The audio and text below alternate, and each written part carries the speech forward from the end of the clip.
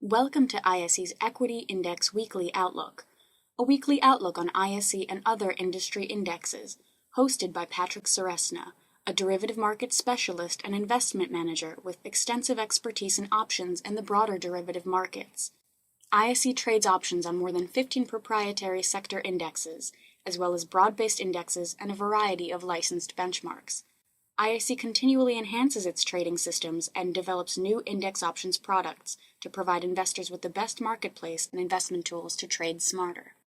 Hello and welcome to your ISE Equity Index Outlook for March 8th, 2010. This is Patrick Ceresna. As always, we start off with the S&P 500 using that SPDR exchange traded fund symbol SPY. More or less, we've got that breakout on the upside that we were talking about last week, which is following through on the upside. Even 1 or 2 days of selling early this week isn't going to immediately reverse the markets, and more than likely we'll continue our way to retest along the previous highs. The key thing that we want to emphasize is that even though we have a bias to the upside, we think there's only marginal upside left. As a matter of fact, shortened moves have already completed themselves up here at this 114 area, and even if we get another, let's say in the bigger picture, 10 or 20 S&P points higher, or $1 to $2 on the SPDR, we are expecting some overhead resistance to be formidable and another sell cycle to begin up there, but that may be more than a week still away. Next here, I want to take a look at the ISE U.S. Regional Banks Index, which is the symbol JLO. We've had a bias to the upside in identifying the relative strength that this index has had versus the broader markets. We still are now just testing the overhead resistance. Friday's rally brought us right into the dead center of that 22.5 to 23 focal point where the last reversal occurred off of. But if there's any momentum that can break through here, especially with follow-through rallying in the broader markets, we could see a push all the way as high as $24, and on the most robust of move, maybe as high as $25, but we don't anticipate it to go as high as the $25 level.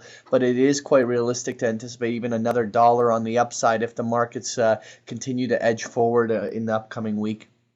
Next here, I want to take a look at the ISE Sindex, which is the symbol SIN. This is an index of all the casino, tobacco, and distiller companies. We were suspicious last week of the potential overhead resistance right in the retracement zone, but as the whole broader market rallied, so followed through the Sindex. At this juncture, it looks like we're going to come back for a retest of that 108 to 110 area on the upside. That should be a pretty good overhead resistance level on the first go around. So we are looking for a little bit more upside, but only marginal.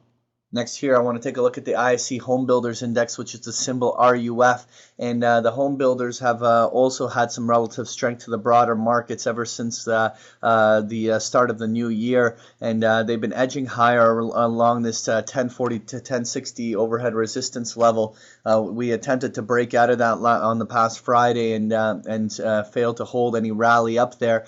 But we will be watching to see whether or not the bulls can close that up above those zones. If they do, we may have followed through all the way back up to the previous highs to 1125, 1150, but I wouldn't be looking for that outlook until it's proven that the price action's holding above 1060.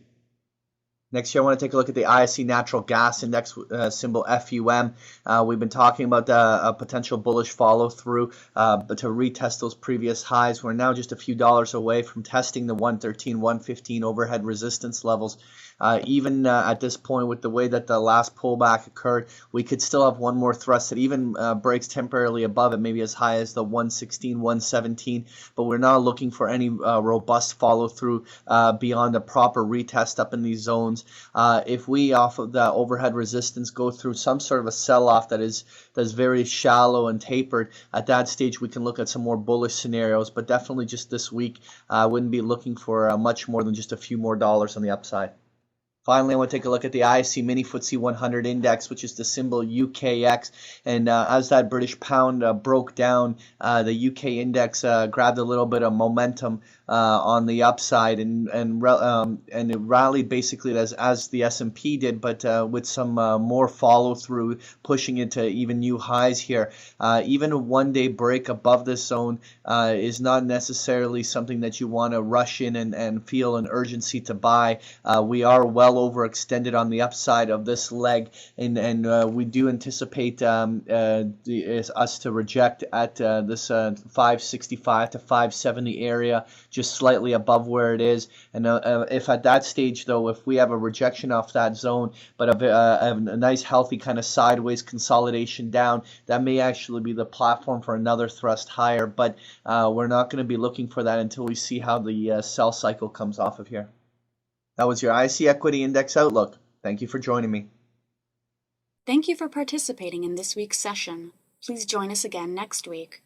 For more information about Patrick Ceresna and to sign up for free index options trade alerts, visit www.optionsource.net. To learn more about ISE index options, visit us at www.ise.com/indexoptions.